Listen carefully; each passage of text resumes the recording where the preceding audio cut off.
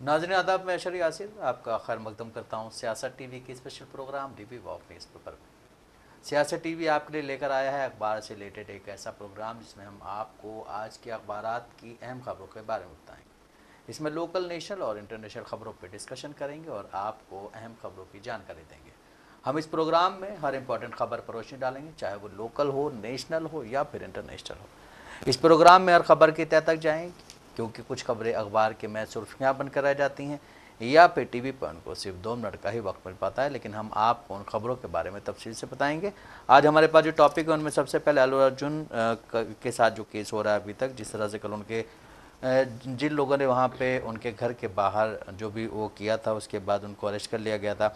उसके बाद फिर तमिलनाडु में डीएमके ने एक बहुत ही बड़ा बयान दिया। स्टालिन ने कहा है कि हम इंडिया गठबंधन के तहत सारी सीटें जीतेंगे। वहीं नीतीश कुमार जो हैं वो आज से एक यात्रा पर निकल रहे हैं, उसको लेकर के हम बात करेंगे। वहीं आरएसएस के जो वो आया था बयान, उस पर जो है क्या बोलते हैं, शंकराचार्य ने एक बड़ा बयान दिया, उस पर भी हम डिस्कशन करेंगे। और कुमार विश्वास ने सोनाक्षी सिन्हा के ऊपर जो एक बयान दिया है, जो कि अभी तक मुझे लगता है कि कुमार विश्वास का सबसे ही निचले स्तर का बयान है, उस पर भी हम डिस्कशन करेंगे। और इन सब चीज़ों पर बात करने के लिए हमारे साथ मौजूद हैं हमारे साथी शायद आपका खैर मकदम है। शायद सबसे पहले अगर हम बात करें अभिनेता अल्लू अर्जुन की, तो उनके घर के बाहर प्रदर्शन करने के मामले में गिरफ्तार आरोपियों को जमानत आज सुबह मिल गई है। अदालत ने सभी आरोपियों को आज जमानत दे दी है। पुलिस ने अल्लू अर्जुन के घर के बाहर से 6 लोगों को हिरासत में लिया था। पुलिस ने उनको खिलाफ बीएनएस की धारा 331, 190, 191(2), 324(2), 292, 126(2), 131 के तहत मामला दर्ज किया था। आज इन सभी को मजिस्ट्रेट के सामने पेश किया गया। वहां कोर्ट ने पुलिस की रिमांड खारिज कर दी है और सभी को 10,000 रुपये के मुचलके पर जमानत दे दी गई है और इसी के साथ वो बाहर आ गए। लेकिन अगर हम बात करें अल्लू अर्जुन की, तो उनकी मुश्किलें कहीं ना कहीं कम नहीं हो रही। जिस तरह से अभी असेंबली चल रही थी, असेंबली में भी इस मुद्दे को उठाया गया था। उसके बाद मतलब अगर हम बात करें यहाँ की जो पॉलिटिकल पार्टीज़ हैं, उनमें एमआईएम के जो लीडर हैं अकबरुद्दीन ओवैसी, उन्होंने इस बात को उठाया। उसके बाद फिर यहाँ के जो सीएम है रेवंत रेड्डी, उन्होंने उनकी बात को आगे बढ़ाया। उन्होंने जो बोला उसके बारे में उन्हें तफसील से बताया और फिर उसके बाद यहाँ के जो कि क्या बोलते पुलिस के आला अधिकारी हैं, उनका भी एक बयान सामने आया। तो इन सब चीज़ों पे जब बात हो रही, लेकिन उसके बाद कुछ लोग वहाँ जा कर के प्रदर्शन कर रहे हैं, प्रोटेस्ट कर रहे हैं, उनको गिरफ्तार कर लिया गया था, जिनको आज जमानत मिल गई है। और देखिए, कहा जाता है कि कानून सबके लिए बराबर है, और जिस तरह से अल्लू अर्जुन की गिरफ्तारी हुई, फिर हाई कोर्ट से, वो अलग बात है कि इनको राहत दे दी गई, लेकिन इस बात का सीधा सबूत है कि सच में कानून सबके लिए बराबर है, लेकिन वो भी कुछ राज्यों में। अभी यहाँ पे देखिए कैसे विधानसभा जो सत्र चल रहे थे उसमें तेलंगाना के तमाम मुद्दे उठाए गए। उसके बाद से एक ये भी मुद्दा रहा अल्लू अर्जुन को लेकर। एमआईएम के जो नेता है अकबरुद्दीन ओवैसी, उन्होंने इस पर तंज कसते हुए कई तरह के आरोप लगाए, और जो इन पे पुलिसिया कार्रवाई हुई उसको लेकर भी उन्होंने उसका जिक्र किया। उसके बाद देखा गया जो रेवंत रेड्डी हैं तेलंगाना के मुख्यमंत्री, उन्होंने भी इस पर अपनी बात रखी। जब उनकी गिरफ्तारी हुई अल्लू अर्जुन की, तो उस दरमियान जो मुख्यमंत्री थे वो दिल्ली में मौजूद थे, वो किसी कार्यक्रम में थे, और वो दिल्ली में भी एक इंटरव्यू में जब उनसे सवाल पूछा गया तो उन्होंने कहा कि वो देश का असल हीरो नहीं है, और जो गलती करेगा सबके लिए कानून बराबर है और उसको सजा दी जाएगी। यहाँ पे अब कांग्रेस और एमआईएम ने जिस तरह से अल्लू अर्जुन पर तंज कसा है, उसके बाद से जो बीजेपी के जो राज्यसभा सांसद और ओबीसी मोर्चा के प्रमुख है के लक्ष्मण, उन्होंने अल्लू अर्जुन का समर्थन किया है, और उन्होंने इसको अल्लू अर्जुन पे समर्थन करते हुए जो कांग्रेस सरकार है उस पर उन्होंने निशाना साधा है। अगर हम बात करें उनकी, तो उन्होंने कहा कि भाजपा नेता ने जो रेवंत रेड्डी हैं और अकबरुद्दीन ओवैसी, उन पर फिल्म उद्योग के प्रमुख अभिनेता को निशाना बनाने के लिए तेलंगाना विधानसभा के मंच के रूप का इस्तेमाल करने का आरोप लगाया। उन्होंने ये कहा कि अल्लू अर्जुन जो है उनको बस फंसाने की कोशिश की जा रही है और हम उनके साथ हैं। जिस तरह से अकबरुद्दीन ओवैसी ने बयान दिया या फिर रेवंत रेड्डी ने बयान दिया, उस पर उन्होंने तंज कसा है। और जब से हम ये कांग्रेस की बात करें या फिर एमआईएम की बात करें, जब से इन्होंने इसका खुलेआम समर्थन किया है गिरफ्तारी को लेकर, तब से अगर हम भाजपा की बात करें तो वो लगातार हमलावर है। वही अगर हम भाजपा की जब बात आ ही गई, तो अगर हम उत्तर प्रदेश की बात करें तो उत्तर प्रदेश में देखा कि कैसे 2-2 बार वहाँ पे भगदड़ होते हैं। पहली बार जब बाबा के जो वहाँ पे जनसभा होता है, उसमें जब भगदड़ में जनसभा होती है हाथरस में, तो उसमें करीब 100 से ज़्यादा लोगों की मौत हो गई। वही जो दूसरे भी भगदड़ हुई वहाँ पे उत्तर प्रदेश में अच्छी, मेरठ में अच्छी खबर ये रही कि वहाँ पे किसी की मौत की खबर नहीं आई, लेकिन वहाँ पे देखा कैसे कि जो हाथरस में जो भगदड़ हुई थी पहली बार, उसमें चार्जशीट में जो वहाँ के जो बाबा हैं उनका नाम तक उसमें नहीं दिया जाता है। लेकिन वही अगर हम यहाँ की बात करें तो अल्लू अर्जुन को लेकर जिस तरह से पुलिस ने अपना प्रशासन जो काम किया, वही अगर हम तेलंगाना की बात करें जो डीजीपी हैं उन्होंने भी अपना बयान दिया और उन्होंने ये कहा कि जो गलत है कानूनी कार्रवाई की जाएगी, और यहाँ तक कि पुलिस प्रशासन को भी वहाँ पे सही से काम नहीं करने देने का आरोप लगाया गया है।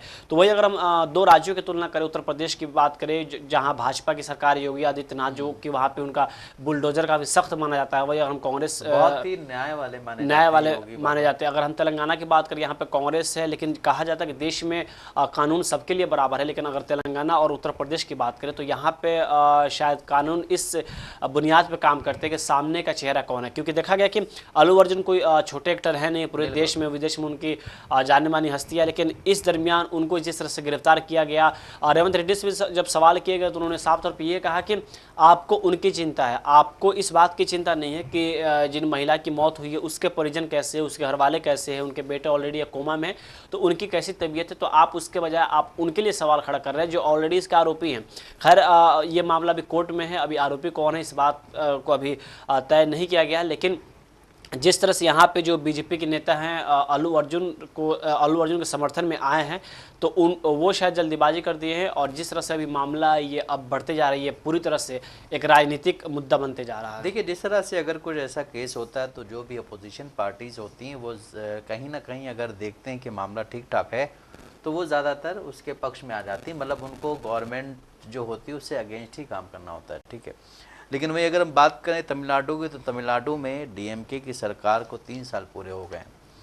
तमिलनाडु के मुख्यमंत्री एमके स्टालिन ने 2026 के विधानसभा चुनाव से पहले विश्वास जताया है कि उनकी पार्टी 7वीं बार राज्य में सरकार बनाएगी। उन्होंने ये भी दावा किया है कि डीएमके के नेतृत्व में गठबंधन 200 से ज़्यादा सीटें जीत कर सत्ता में आएगा। पिछले मतलब अगर बोलें तो जो इससे पहले चुनाव हुए थे 2021 में, उसमें 234 सीटों में से 159 सीटें पर जीत हासिल की थी डीएमके और उसके गठबंधन, क्योंकि उसके गठबंधन में जो है क्या बोलते हैं कांग्रेस भी है, वो बोलते हैं कि इंडिया गठबंधन हमारा जो है उसने 159 सीटें जीती थी। एमके स्टालिन ने कांचीपुरम निर्वाचन क्षेत्र में पार्टी कार्यकर्ताओं को संबोधित किया। इस दौरान उन्होंने पिछले 3 सालों में किए गए सरकार के जो कामकाज हैं और जन कल्याण योजनाएं जो हैं उस पर रोशनी डाली। उन्होंने कहा है कि हमें पूरा भरोसा है कि हम 7वीं बार राज्य में सत्ता में आएंगे, और इस बार हम सत्ता में आएंगे, ऐसे ही नहीं आएंगे, हम 200 सीटें जीतेंगे। उन्होंने कहा कि इंडिया गठबंधन यहाँ पे 200 सीटें जीतेगा। और जिस तरह से डीएमके के बारे में एक चीज़ कही जाती है कि डीएमके जो है उसमें काफ़ी ज़्यादा करप्ट लोग बसे हुए हैं, ये वो बहुत कुछ बीजेपी की तरफ से कहा जाता है। जिस तरह से अभी उनके मंत्री सेंथिल बालाजी को भी अंदर क्या बोलते हैं अरेस्ट किया गया था, उसके बाद वो फिर अब जेल से बाहर आ गए हैं। उसके बाद फिर वहाँ पे जो तमिलनाडु के डिप्टी सीएम हैं उनके बेटे बन गए हैं। इसके बारे में बहुत सारी चीज़ें चली। हालांकि ये चीज़ें 2024 का लोकसभा चुनाव होने से पहले ही चली थी, लेकिन उसका कोई ख़ास असर वहाँ देखने को मिला और नहीं मिला। जिस तरह से अभी डीएमके काम कर रही है, चेन्नई की आवाम जो है उससे बहुत खुश है, क्योंकि वहाँ पे एक मिलीजुली सरकार है और उस मिलीजुली सरकार में कहीं ना कहीं देखा जाए तो सभी का काम हो रहा है। जैसा आपने अभी बोला कि उत्तर प्रदेश में योगी आदित्यनाथ की सरकार है, योगी आदित्यनाथ जो है वो कहते हैं कि हम सबके साथ न्याय करेंगे, लेकिन जब ऐसी चीज़ें होती हैं, कोई बाबा वाला केस होता है या कोई ऐसा केस होता है जिसमें आपके बंदे मुलविस होते हैं, तो उनको आप दबा दिया जाता है। जिस तरह आपने अभी बोला कि मेरठ में जो भगदड़ हुई थी उसके बारे में भी खुल के खबरें सामने नहीं आई हैं, वहाँ किसी मीडिया वाले को जाने ही नहीं दिया गया। तो अभी हम ये नहीं कह सकते कि वहाँ पे कुछ ऐसी घटना नहीं, हम चाहते हैं कि ना हुई हो, लेकिन अगर हुई है तो उसको सामने लाना चाहिए। जिस तरह से आपने बोला कि हाथरस पे जो केस हुआ था, हाथरस में जो केस हुआ था उसमें कई लोगों के मरने की खबर थी और उसमें नाम में चार्जशीट में उस बाबा का नाम नहीं था, जिसकी वजह से सारी चीज़ें हुई थी। उसी तरह से अगर हम देखें तो तमिलनाडु में जहाँ कांग्रेस की गवर्नमेंट है, मतलब अगर हम बात करें कांग्रेस के गठबंधन की गवर्नमेंट है, तो वहाँ ऐसी चीज़ें नहीं होती। उसका रीज़न ये है कि वो लोग सबको साथ ले करके चलते। इस तरह आपने अभी बोला कि अल्लू अर्जुन के बारे में जो बात की गई, रेवंत रेड्डी ने कहा कि कानून सबके लिए बराबर है, तो कानून सबके लिए बराबर है। कानून सिर्फ एक बाबा के लिए, एक मौलवी के लिए, एक एक्टर के लिए टूट नहीं सकता है, चाहे वो कोई पॉलिटिशियन ही क्यों ना हो। रेवंत रेड्डी ने तो ये बात भी बोली थी कि हमारे खिलाफ केटीआर तो रोज प्रोटेस्ट करते रहते, हमने उनको तो अरेस्ट किया नहीं। जो चीज़ राज्य हित में नहीं है, जो चीज़ राज्य को नुकसान पहुंचा सकती है, उसके लिए हम जरूर अरेस्ट करेंगे। तो जिस तरह से अभी डीएमके ने बोला है कि हम 200 सीटों से हमारा गठबंधन जो है वो 200 सीटें जीतेगा, इस पे क्या कहेंगे आप? देखिए, अगर हम डीएमके की बात करें तो देखा गया कि अभी किस तरह से इंडिया अलायंस का वो हिस्सा है, और अगर हम भाजपा की बात करें तो किसी भी राज्य में अगर भाजपा की किसी पार्टी से गठबंधन हो तो ठीक है, नहीं हो तो उस पर कई तरह के आरोप प्रत्यारोप लगते हैं, और ये राजनीति का एक हिस्सा भी है आरोप प्रत्यारोप लगाना। अगर आप अपोजिशन में हैं तो आपको आरोप प्रत्यारोप करना है, लेकिन उन चीज़ों पे करना है जो चीज़ें पॉसिबल हों। लेकिन डीएमके में डीएमके पार्टी में जिस तरह से कहा जाता है कि उसमें करप्ट लोग हैं, या फिर उन्होंने अपने बेटे को डिप्टी सीएम बनाया, तमाम तरह के मुद्दे लाए जाते हैं। तो अगर हम भाजपा में देखें तो अमित शाह के बेटे आखिर जय शाह अभी कहाँ हैं, और क्या वो अपने काम के बदौलत हैं या फिर जो उनके पिता हैं उनके बदौलत हैं। तो पार्टी में और कहा यह भी जाता है कि पेंशन बनाने वाला का जो बेटा है, सॉरी बाप है, उसका बेटा पेंशन नहीं बनाएगा। तो देश तरक्की कर रहा है तो जाहिर सी बात है कि अगर वो मंत्री हैं, किसी राज्य का मुख्यमंत्री हैं, तो उनका बेटा भी उसी लाइन पे जाएगा। अगर हम वहाँ पे देखें कि 2021 की बात करें तो 234 सीटों में उन्होंने 159 सीटों पर लाकर सरकार बनाई, और अब 2026 में वहाँ पे विधानसभा चुनाव होने वाले हैं, और उसमें उन्होंने 234 सीटों में से 200 सीटों पर जीत का दावा किया है। 2026 में वहाँ पे विधानसभा इलेक्शन होने वाले हैं। लेकिन हम ये साउथ की बात करें तो जिस तरह से नॉर्थ के बाद भाजपा जो है साउथ पे पूरी तरह से एक्टिव है। चाहे हम तेलंगाना की बात करें, तेलंगाना में हमने देखा कि कैसे भाजपा पूरी तरह से कोशिश की यहाँ पे सत्ता में आने के लिए। कर्नाटका की बात करें तो अब भाजपा जो है उसकी जो रथ है, जीत की रथ, वो पूरी तरह से साउथ पे फोकस की हुई है। और यहाँ पे अगर हम डीएमके की बात करें तो स्टालिन ने तो ये बात कह दी कि 200 सीट वो पूरी तरह से जीत रहे हैं, लेकिन इतनी ये राह आसान भी नहीं है कि 200 सीटें निकालना, क्योंकि भाजपा इस वक्त बात करें तो साउथ में पूरी तरह से अपनी एड़ी चुटी जोड़ लगा रही है कि साउथ में भी उसके राज्यों में कब्जे हैं, वो अपने बलबूते पे यहाँ पे इलेक्शन जीते और राज्य में सत्ता बनाए। लेकिन अब जिस तरह से वन नेशन वन इलेक्शन की बात की जा रही है, इससे क्षेत्रीय दलों पे काफ़ी प्रभाव पड़ रहा है। अब देखने वाली बात होगी कि वहाँ पे स्टालिन के साथ जो और अन्य पार्टियाँ हैं या फिर भाजपा जो है वहाँ पर जाती है तो क्या किसी क्षेत्रीय पार्टी के साथ अलायंस करती है या फिर अपने दम बलबूते पर वहाँ पर इलेक्शन लड़ती है। और 200 सीटों का जो दावा किया जा रहा है तो 2026 में तय होगा कि स्टालिन कितने सच थे, क्योंकि देखा गया कि रविवार को वो अपने कामकाज में संबोधन के दौरान इन सब बातों का जिक्र किया, और वहाँ पे जो काम हुए हैं 3 सालों में उसका वो गुणगान गा रहे थे। बिल्कुल, जिस तरह आपने बोला कि 2026 में तमिलनाडु में इलेक्शन होना है, लेकिन उससे पहले 2025 में देश की राष्ट्रीय राजधानी दिल्ली और बिहार में इलेक्शन होना है। अगर हम बात करें दिल्ली के जो पूर्व सीएम हैं आप संयोजक अरविंद केजरीवाल, वो रोज़ नए नए वादे कर रहे हैं लोगों से। जिस तरह अभी हमने देखा कि उन्होंने 60 साल के ऊपर वालों के लिए एक इलाज मुफ्त करने की बात कही, उसके बाद फिर उन्होंने अम्बेडकर स्कॉलरशिप का ऐलान किया। उसी के साथ आज वो एक और ऐलान करने वाले हैं, हालांकि प्रेस कॉन्फ्रेंस अभी हुई नहीं उनकी। लेकिन वहीं अगर हम बात करें बिहार की, तो बिहार विधानसभा चुनाव में भले ही अभी 1 साल का समय बचा हो, लेकिन पार्टियों ने अपनी अपनी सियासी कसरत शुरू कर दी है। तेजस्वी यादव की अगुवाई में महागठबंधन सत्ता में वापसी के लिए बेचैन है, तो सीएम नीतीश कुमार जो हैं वो फिलहाल बिहार की सत्ता के धुरी बने रहना चाहते हैं। ऐसे में नीतीश कुमार आज से एक क्या बोलते हैं बिहार मिशन की यात्रा निकाल रहे हैं। नीतीश कुमार की प्रगति यात्रा को लेकर जेडीयू की ओर से लगाए गए पोस्टर्स के जरिए विपक्षी दलों को ही नहीं बल्कि अपने सहयोगी दलों को भी सीधा संदेश देने की कोशिश की गई है। वहीं अगर बात करें बिहार के नेता प्रतिपक्ष तेजस्वी यादव की, तो उन्होंने सीएम नीतीश कुमार की यात्रा को लेकर जब उनसे सवाल पूछा गया तो उन्होंने प्रगति यात्रा को नीतीश कुमार की अलविदा यात्रा बता दिया है। इसी तरह सत्ता पक्ष और विपक्ष के बीच जुबानी जंग, आरोप प्रत्यारोप और बयानबाजी तो राजनीति में जगजाहिर है। लेकिन सबसे बड़ा सवाल ये है कि नीतीश कुमार की यात्रा को लेकर ये बवाल क्यों हो रहा है, क्योंकि नीतीश कुमार अभी कुछ समय पहले से एक यात्रा पर निकलना चाह रहे थे, लेकिन वो अब निकल रहे हैं। इसके पीछे मतलब क्या शायद एनडीए की कुछ ऐसी चीज़ें हैं या बीजेपी का ज़्यादा प्रेशर है? देखिए, अगर बिहार की पॉलिटिक्स की बात की जाए तो वो काफ़ी अपने आप में रोचक होती है। और कहा जाता है कि बिहार में नीतीश कुमार की जब जब तबीयत बिगड़ी है तब तक सियासत ने करवट लिया है। अगर हम बात करें मुख्यमंत्री की, तो उनका जो पहली यात्रा थे वो 15 दिसंबर को प्रदेश भर में मतलब शुरू होने वाले थे, और इसमें ये महिलाओं से संवाद करने वाले थे। इस यात्रा का नाम उन्होंने महिला संवाद यात्रा निकालने जा रहे थे, उसका नाम महिला संवाद यात्रा दिया था। लेकिन किन्हीं वजह से इस यात्रा को रोककर और वो आज 23 दिसंबर से यात्रा पर निकलने वाले हैं। अब जो महिला संवाद यात्रा था उसका नाम बदलकर प्रगति यात्रा कर दिया गया है, और आज से वो 23 दिसंबर से 28 दिसंबर पर यात्रा रहेंगे। पहले तो वो जो उस राज्य के आधी आबादी है उसको साधने की कोशिश कर रहे थे, लेकिन वही इस यात्रा को लेकर जब बिहार में प्रदेश अध्यक्ष अखिलेश सिंह, कांग्रेस के जो प्रदेश अध्यक्ष हैं अखिलेश सिंह, और नेता प्रतिपक्ष जो तेजस्वी यादव, उनसे सवाल पूछा गया तो तेजस्वी यादव ने इस यात्रा को लेकर उनको अलविदा यात्रा बता दिया। वही अगर हम अखिलेश जो सिंह हैं वहाँ पे कांग्रेस के जो प्रदेश अध्यक्ष हैं उनसे जब सवाल किया गया तो उन्होंने कहा कि ये बीजेपी के पूरी तरह से कठपुतली बन चुके हैं और अभी वो बार बार बीमार पड़ रहे हैं। तो आखिर क्या रीज़न है कि ये आप लोग भी पूछिए और हम भी जानना चाहते हैं कि वो बीमार क्यों पड़ रहे हैं। और हम अगर इस यात्रा की बात करें तो अखिलेश सिंह की बात करें, यानी जो कांग्रेस के प्रदेश अध्यक्ष हैं, या फिर हम तेजस्वी यादव की बात करें, लगातार वो इन सब सवालों को घेरने की कोशिश कर रहे हैं क्योंकि अगर हम नीतीश कुमार की बात करें तो पिछली बार में एक चुनाव के दौरान उन्होंने कहा था कि हमारी आखिरी चुनाव है।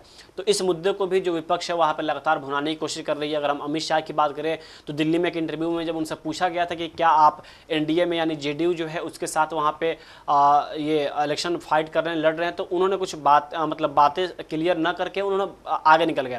वही अगर हम वहाँ पे बिहार के उप मुख्यमंत्री अगर हम सम्राट चौधरी की बात करें तो वो अभी दिल्ली में बैठे हुए हैं और अचानक वो दिल्ली पहुंचे। कहा जा रहा है कि दिल्ली में जो चुनाव होने वाले हैं उस पर उनकी नज़र है। अब बिहार में दो डिप्टी सीएम बनाए गए हैं, मुख्यमंत्री नीतीश कुमार खुद हैं, लेकिन कांग्रेस बार बार आरोप लगा रहे हैं कि जो नीतीश कुमार हैं वो बीजेपी के कठपुतली बन चुके हैं। तेजस्वी यादव लगातार इनको ये अलविदा यात्रा बता रहे हैं। लेकिन अभी जिस तरह से मुख्यमंत्री नीतीश कुमार जो यात्रा पर निकले हुए हैं तो वो उनकी खुद की यात्रा है। अब वहाँ पे इलेक्शन की बात करें तो 2025 के नवंबर या दिसंबर में विधानसभा इलेक्शन हो सकते हैं। वहाँ पे भाजपा की बात करें, चिराग पासवान की बात करें, या फिर हम जेडीयू की बात करें, सब एक अलायंस में है और वहाँ पे एनडीए के साथ ये फाइट करेंगे। लेकिन अभी जिस तरह से वहाँ पे हम बिहार में कई सारे मामले सामने हैं जिसको लेकर देखा गया कि लगातार एनडीए सवालों घेरे में रहा, और विपक्ष की बात करें तो वो भी इस मुद्दे को भुनाने की कोशिश की। लेकिन अभी जो वक्फ बिल का मामला सामने है उसमें देखा गया कैसे मौलाना अरशद मदनी जाकर जब पटना में उन्होंने संबोधन किया, नीतीश कुमार वहाँ नहीं गए। अभी इस बात का पता नहीं चल पाया क्या इन्होंने उनको बुलाया था या नहीं, लेकिन आखिरी में कहा जा रहा था कि उनको शायद न्योता दिया गया। हाँ, लेकिन आखिरी में जाते जाते अरशद मदनी ने यह कहा कि नीतीश कुमार को पता है कि इस बिल से मुस्लिम जो तबका है वो खासा नाराज़ है और इस पर वो खुलकर अपना स्टैंड नहीं लेते हैं, तो मुस्लिम बताएगा कि उनको पसंद क्या है। इसी के साथ अगर हम अम्बेडकर की बात करें, भीमराव अम्बेडकर को लेकर जो अभी विवाद सामने आए उस पर भी जेडीयू ने अपना खुलकर पक्ष नहीं रखा। कुछ हद तक जेडीयू की तरफ से ये कहा गया कि अमित शाह ने जो कहा था उसको जो कांग्रेस है वो गलत तरीके से ले रही है। तो ये तमाम मुद्दे हैं जिस पर लग रहा है कि जेडीयू शायद बिहार की जो जनता है वो जेडीयू को पीछे खींचे। लेकिन कहा जाता है कि नीतीश कुमार की जो पकड़ है वो महिलाओं में काफ़ी अच्छी पकड़ मानी जाती है, और इसका सबसे अच्छी बात यह है कि जो बिहार में शराबबंदी हुई है, शराबबंदी होने की वजह से एक तबका है जो नीतीश कुमार की तारीफ करता है, तो वही दूसरा तबका है जो उनकी आलोचना करता है। लेकिन महिलाएं जो हैं वो नीतीश कुमार को ज़्यादा पसंद करती हैं, और यही वजह है कि लगातार अक्सर ये देखा जाता है कि नीतीश कुमार जब कोई यात्रा शुरू करना होता है तो पश्चिम चंपारण से शुरू करते हैं। और पश्चिम चंपारण के लोकसभा की बात करें वो पहला 01 लोकसभा क्षेत्र है, और वहाँ पर जो थरवट है वहाँ पर उनकी संख्या ज़्यादा है। तो इसलिए नीतीश कुमार लगातार पश्चिमी चंपारण जिले से आकर वहाँ पर यात्रा करते हैं और वहाँ से अपनी यात्रा शुरू करते हैं। और यही वजह है कि इस बार भी वो पश्चिमी चंपारण बेतिया से अपनी यात्रा शुरू कर रहे हैं, और ये 23 दिसंबर से शुरू हो रहा है पश्चिमी चंपारण से यात्रा, और मिथिलांचल के इलाके तक यानी 28 दिसंबर को ये खत्म होगा। तो अभी इलेक्शन होने को साल को बाकी है, लेकिन अभी से ही नीतीश कुमार यात्रा पर निकल चुके हैं। और दावा ये किया जा रहा है कि नीतीश कुमार ये जानने की कोशिश कर रहे हैं कि बिहार में जो उन्होंने कामकाज किया है कि वो कितना धरातल पर उतरा। लेकिन वही विपक्ष की बात करें तो यही कह रहा है कि नीतीश कुमार को आखिरकार अभी तक ये नहीं पता चल पाया कि उन्होंने जो विकास किया वो कितना है। और विपक्ष की बात करें तो वो लगातार तेजस्वी मुख्यमंत्री जो नीतीश कुमार है उनको लेकर कई तरह के सवाल खड़ा कर रहा है। और सबसे ज़्यादा क्योंकि कल देखा गया जो अखिलेश सिंह जो है आज तेजस्वी मुख्यमंत्री वहाँ से पश्चिमी चंपारण से खुद यात्रा शुरू कर रहे हैं, और अखिलेश प्रसाद सिंह सिंह जो हैं जो जो कांग्रेस के प्रदेश अध्यक्ष, उन्होंने कल खुद उसी पश्चिमी चंपारण में आकर सभा को संबोधित किया और उन पर कई तरह के आरोप लगाए, जिस वक्फ बिल को भी लेकर उन्होंने घेरा। अब आज यात्रा शुरू करने वाले हैं, 28 तक चलेगी। अब देखने वाली बात होगी कि इस दरमियान नीतीश कुमार के साथ कैसे मामले सामने आते हैं और इसका कितना असर होता है। बिल्कुल सही, जिस तरह से आपने बोला कि बिहार में जिस तरह से अभी 1 साल का समय बचा हुआ है चुनाव होने में, लेकिन अगर हम बिहार की बात करें तो बिहार में जिस तरह से हम पहले देखते थे कि जेडीयू, आरजेडी, बीजेपी या चिराग पासवान के जो पिताजी थे उनकी जो पार्टी थी पहले, अब तो वो टूट गई है। उसी के दरमियान पूरी खेल राजनीति चलती थी, लेकिन अब 2-3 पार्टियां और सामने आ गई हैं, जिसमें चिराग पासवान की एक पार्टी है, उनके चाचा की अलग है, जीतनराम मांझी की है और कुशवाहा की है। और सबसे बड़ी जो आजकल चर्चा हो रही है ज़्यादातर, मुझे लगता है कि जितने भी बड़े बड़े एक्टर्स हैं जो बिहार से बिलोंग करते हैं या फिर कुछ ऐसे लोग भी हैं जिनका कनेक्शन कहीं ना कहीं बिहार में है, उनका ये कहना है कि पीके जो हैं वो कहीं ना कहीं एक एक्स फैक्टर साबित हो सकते हैं असेंबली इलेक्शन में, क्योंकि पीके के बारे में कहा जाता है कि पीके वही इंसान है जो कि जिन्होंने कई लोगों को इस देश में मुख्यमंत्री बनाया और प्रधानमंत्री बनाने में भी कहा जाता है कि नरेंद्र मोदी जी को उन्हीं का हाथ है। नहीं, प्रशांत किशोर की आपने बात की, वो भी खुद दावा करते हैं कि हमने कई राज्यों में मुख्यमंत्री दिए, प्रधानमंत्री देने में भी हमारा हाथ है। लेकिन अभी बिहार में जो उपचुनाव हुए उसमें आप देखिएगा कि प्रशांत किशोर के जो उम्मीदवार हैं उनका खाता तक नहीं खुला। कई ऐसे उम्मीदवार थे जिनको वोट परसेंटेज बेहद ही कम मिले। प्रशांत किशोर की बात करें तो अभी जो उपचुनाव हुए हैं उसमें सारे चारों के चारों सीट जो है एनडीए के पाले में गए हैं। कुछ सीटें जेडीयू जीती, कुछ सीटें उनकी सहयोगी दल जीते। वहाँ पे राजद या कांग्रेस का किसी का खाता नहीं खुला। तो क्या जिस तरह से विपक्ष है वो लगातार आरोप लगा रहा है कि बिहार में प्रशांत किशोर जस्ट लाइक वो बीजेपी के बी टीम का काम कर रहे हैं। तो अभी 4 जो उपचुनाव विधानसभा उपचुनाव हुए उसमें नतीजे आ गए। तो क्या सच में जिस तरह से दावा करते हैं चिराग माफ़ कीजिएगा प्रशांत किशोर कि हम 100 से ज़्यादा सीट मुस्लिमों को देंगे, क्योंकि बिहार में 243 सीट है, तो मुस्लिम जो है पासमंदा जो मुस्लिम है उसकी उस तबके की वो बात करते हैं। लेकिन बिहार की बात की जाए तो वहाँ पर अगर हम बात करें तो इंडिया बनाम इंडिया की लड़ाई है। वहाँ पर कोई और क्षेत्रीय पार्टी है उसकी अभी दाल नहीं गलने वाले, क्योंकि बिहार का एक ज़्यादा जो वोटर है वो यही सोचता है कि हमारा वोट बर्बाद ना हो और देखता है कि जिस पार्टी की जीत हो रही है वो उधर ज़्यादा मतलब उस हवा में बहने की कोशिश करते हैं। लेकिन प्रशांत किशोर जिस तरह से दावा करते हैं कि हमने कई राज्यों में मुख्यमंत्री दिए, तो क्या अगर वो किसी राज्य में इतने बड़े मुख्यमंत्री दिए, ममता बनर्जी पे भी वो दावा करते हैं, तो वो खुद अपने जो उम्मीदवार है उनको जिताने की तो बात दूर, वो 200 नंबर पर भी नहीं ला पाते हैं। तो आप इससे अंदाजा लगा सकते हैं। से उपचुनाव जो हुए थे, उपचुनाव में प्रशांत किशोर का कि जो आपने बताया कि उनका परफॉर्मेंस था वो काफ़ी ख़राब रहा है, ठीक है। लेकिन ये भी कहा जा रहा है कि उनकी शुरुआत है, आगे चल के वो एक बड़ा काम करेंगे जब विधानसभा चुनाव होगा, क्योंकि उनकी पूरी तैयारी विधानसभा चुनाव के लिए। लेकिन जिस तरह से प्रशांत किशोर ये कह रहे हैं कि हम आएंगे तो ये होगा, हम आएंगे तो वो होगा, उसी तरह से दिल्ली में भी इलेक्शन होने वाला है। दिल्ली के जो पूर्व मुख्यमंत्री अरविंद केजरीवाल, वो भी जब सत्ता में आने वाले थे तो मतलब सत्ता में आने से पहले जो चुनाव प्रचार हो रहा था तो उसमें इसी तरह की बातें करते थे कि हम जब सत्ता में आएंगे तो ये होगा, हम जब सत्ता में आएंगे तो ये होगा। लेकिन अभी आप देखें कि उनकी जो पार्टी है उसके ऊपर कई तरह के इल्ज़ामात लगते रहे हैं। अरविंद केजरीवाल को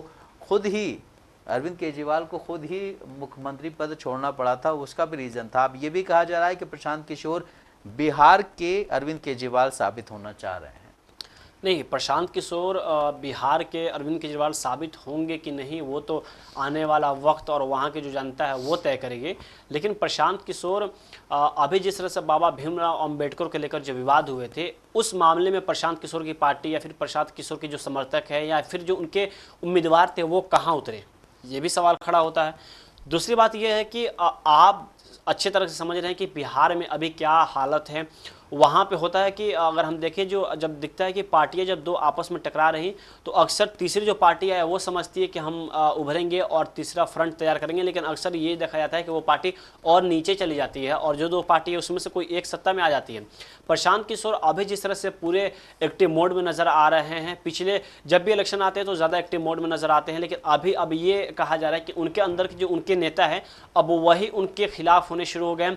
अभी जब उपचुनाव जब टिकट बंटवारे की बात आई थी थी तो खुद वहाँ पे प्रशांत किशोर के सामने ही 2 उम्मीदवार आपस में टकरा गए थे, कुर्सियां तोड़ दी गई थी। एक वीडियो ऐसा सामने आया था कि प्रशांत किशोर खुद अपने लोगों के सामने एक नेता को डांटते हुए नजर आ रहे थे। तो इन तरह के तमाम चीज़ें सामने आ रही है, लेकिन प्रशांत किशोर को जिस तरह से कहा जा रहा है कि वो दिल्ली के अरविंद केजरीवाल जैसे हैं, वो बिहार में साबित हो सकते हैं, तो ये कहना शायद जल्दीबाजी होगी और अरविंद केजरीवाल और प्रशांत किशोर की तुलना में शायद बहुत ही ज़्यादा फर्क है। बिल्कुल, इस तरह अभी हमने अरविंद केजरीवाल का जिक्र किया तो अरविंद केजरीवाल के ही एक दोस्त थे जो कि आम आदमी पार्टी बनने में उनके साथ थे, कुमार विश्वास। काफ़ी बड़े कवि हैं और आम आदमी पार्टी के लीडर भी रहे हैं। वो अपनी कविताओं के लिए बहुत जाने जाते हैं। उनकी कविताएं काफ़ी सारे मतलब ऐसी ऐसी कविताएं हैं जो जब उन्होंने कही थी उसके बाद आज तक वो कविताएं सबको याद रहती हैं, ज़बानी याद रहती हैं। लेकिन अभी हाल फिलहाल में उन्होंने एक बयान दिया जिसको लेकर के वो सुर्खियों में आ गए। उन्होंने इनडायरेक्टली सोनाक्षी सिन्हा और ज़हीर इकबाल की शादी पर एक टिप्पणी की है।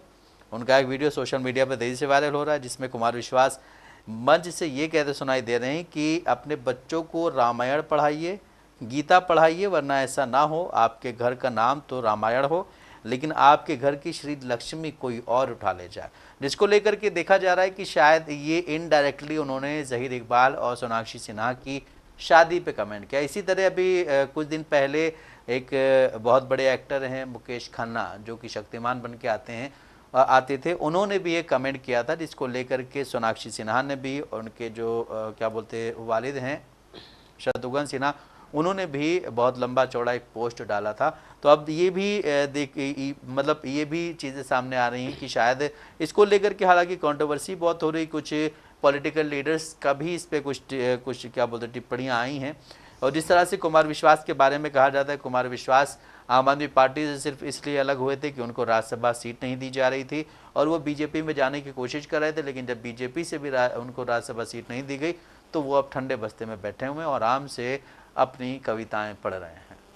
देखिए, अगर हम कुमार विश्वास की बात करें तो सच में कई मायनों में उनकी अभी ऐसी कविताएं हैं जो बच्चे पढ़ते हैं, और कॉलेजों की बात करें या अच्छे अच्छे जगहों पर उनकी कविताओं की मिसाल दी जाती है। लेकिन अभी जिस तरह से कुमार विश्वास ने विवादित बयान ही है, क्योंकि अगर हम भारत की बात करें तो भारत का संविधान जो अनुच्छेद 21 है वो नागरिकों को अपनी पसंद से व्यक्ति से विवाह करने का अधिकार देता है। तो अब आप कौन होते तय करने वाले कि इंसान क्या खाएगा, किससे मोहब्बत करेगा, क्या पहनेगा। और कुमार विश्वास के तंज में जो कांग्रेस की जो नेता है सुप्रिया सुले, उन्होंने तंज कसा है और उन्होंने टिप्पणी करते हुए लिखा है कि सस्ती तालियां बटोरने के लिए उन्होंने ऐसा बयान दिया है। उन्होंने कहा कि ऐसा करने पर आप किस हद तक गिरे हुए हैं इसका अंदाजा तो लग ही गया है। कांग्रेस नेता ने आगे कहा कि कुमार विश्वास, आपने सोनाक्षी सिन्हा के अंतरधार्मिक विवाह पर तो घटिया तंज किया ही है, पर आपने अपने अंदर के महिलाओं के लिए जो असल चेहरे हैं वो भी सामने ला दिए हैं। इसके पहले भी देखा गया कि एक नेता थे, उन्होंने भी सोनाक्षी सिन्हा को लेकर जो बयान दिया था उस पर बाकायदा सोनाक्षी सिन्हा ने भी पलटवार किया था। और अगर हम उनके पिता की बात करें, उन्होंने भी बात की थी। लेकिन अभी जिस तरह से कुमार विश्वास ने उन पर तंज कसा है, क्योंकि और उन्होंने इशारों में कहा, लेकिन जिस तरह से उन्होंने रामायण और लक्ष्मी की बात की तो ये सीधा कहा जा रहा है कि उन्होंने जो सोनाक्षी सिन्हा है, क्योंकि देखा गया सोनाक्षी सिन्हा की जब शादी हुई तो उन्होंने जो ज़हीर इकबाल है उनसे उन्होंने शादी किया, तो इस पर भी काफ़ी कई तरह के विवाद सामने खड़े आए। लेकिन अभी कुमार विश्वास इस तरह के बयान देकर एक बार फिर से वो फंस चुके हैं और यही वजह कि लगातार जो विपक्ष है उन पर हमलावर है। और कुमार विश्वास की बात करें तो पहले वो आम आदमी पार्टी में थे, काफ़ी अच्छे नेता भी माने जाते थे, लेकिन अभी जैसे कि आपने जिक्र किया कि वो फिर दोबारा भाजपा में जाने की कोशिश की, राज्यसभा दोबारा नहीं, भाजपा से राज्यसभा सीट हासिल करने की कोशिश की है, लेकिन ना आपके हुए ना भाजपा के हुए। लेकिन अब यही है कि सस्ती तालियां बिटोरने के लिए वो शायद ऐसे विवादित बयान दे रहे हैं। और अगर हम बात करें सोनाक्षी सिन्हा की या फिर ज़हीर इकबाल की, तो ऐसे विवादित बयान इसके पहले भी बहुत सारे आ चुके हैं, लेकिन उनके अपनी पर्सनल लाइफ में अभी तक इस बात का कोई फर्क नहीं पड़ा है। बिल्कुल, जिस तरह से हम देखें कुमार विश्वास जैसे लोग जो कि हिंदुस्तान ही नहीं पूरी दुनिया में घूमते हैं, दुबई में जाते हैं, हर जगह जाते हैं, अपने कविताएं पढ़ते हैं, उन कविताओं के ज़रिए वो कहीं ना कहीं एक संदेश देने की कोशिश करते हैं और उस संदेश से मोहब्बत झलकनी चाहिए।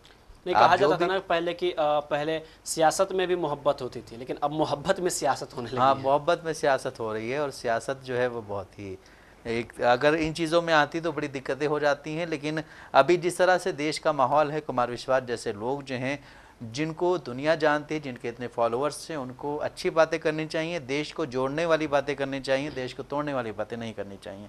तो जैसा कि नाज़रीन आपने देखा कि हमने आपको न्यूज़पेपर्स के ज़रिए अहम खबरों से रूबरू कराया। ऐसी ज़रूरी खबरों से रूबरू होने के लिए हमारे साथ इस प्रोग्राम से जुड़े रहें और अगर आपकी इस प्रोग्राम से रिलेटेड कोई भी राय है या आपका कोई भी मुद्दा हो तो आप हमें कमेंट बॉक्स में लिख सकते हैं। इसके साथ ही हमारा प्रोग्राम ये ख़त्म होता है। मुझे और मेरे साथी शायद उमर को दें इजाज़त। आप बने रहें सियासत टीवी के साथ। शुक्रिया।